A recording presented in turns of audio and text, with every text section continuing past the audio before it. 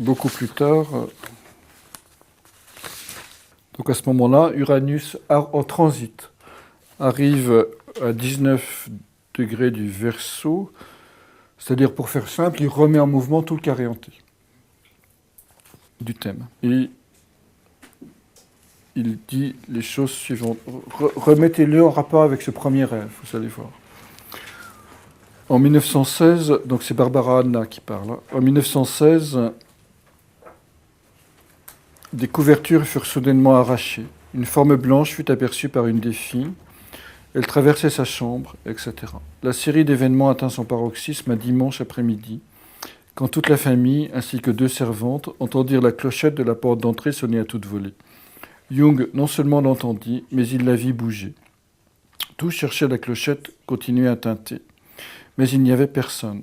Incapable de supporter plus longtemps l'atmosphère lourde de la maison, ressentie par chacun, Jung s'enfuit dans son bureau et laissa l'inconscient s'exprimer par sa plume. En 3 soirées, le document étrange des 7 sermons aux morts était écrit.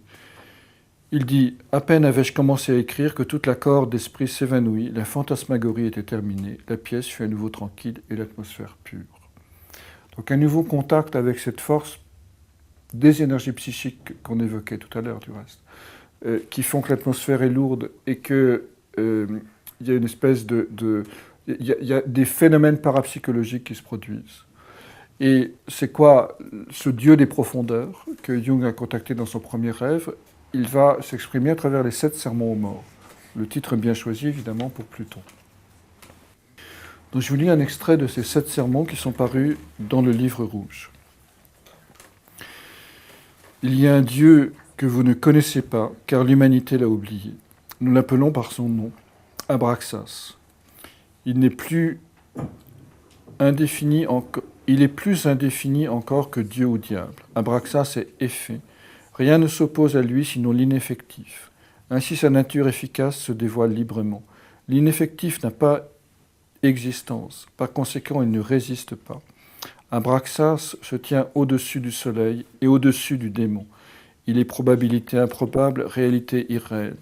Si le pléroma était un être, Abraxas en serait la manifestation. Il est effectif en soi, par un effet particulier, mais l'effet en général. Le soleil a un effet défini, le diable aussi. C'est pourquoi ils nous apparaissent plus effectifs que l'indéfinissable Abraxas. Il est l'abondance qui recherche l'union avec la vacuité. Sa création est sacrée. Il est l'amour et le meurtre d'amour. Il est le saint et celui qui le trahit. Il est la plus haute lumière du jour et la nuit noire de la folie. Le regarder, c'est être aveuglé. Le connaître, c'est la maladie. Lui vouer un culte, c'est la mort. Le craindre, c'est la sagesse. Ne pas lui résister, c'est la rédemption. Il est la vie des créatures, il est le processus de discernement, il est l'amour de l'homme, il est la parole de l'homme, il est l'apparence et l'ombre de l'homme, il est la réalité illusoire. Donc ça, c'est le plus haut niveau de Pluton, du point de vue astrologique. C'est-à-dire ce que Nietzsche appelait la volonté de puissance, c'est-à-dire cette force archaïque, primitive, fondatrice, qui est au-delà du bien et du mal, et qui fait que les espèces, malgré tout, évoluent et se transforment.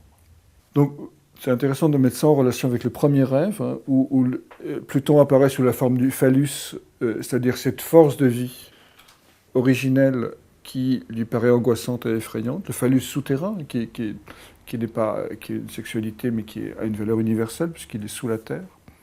Pluton est en taureau dans son thème. Et comment ensuite Abraxas se définit lui-même dans ce discours des 7 sermons aux morts. Donc vous voyez tout le travail, tout le passage qui a été fait grâce à Saturne rétrograde, qui a incorporé, sens du carré, la puissance du dieu des profondeurs. Donc vous voyez comment la personnalité de Jung est devenue un canal pour l'expression de Pluton. Donc la fragilité d'un Saturne rétrograde par rapport au monde extérieur est devenue une puissance pour canaliser le monde intérieur.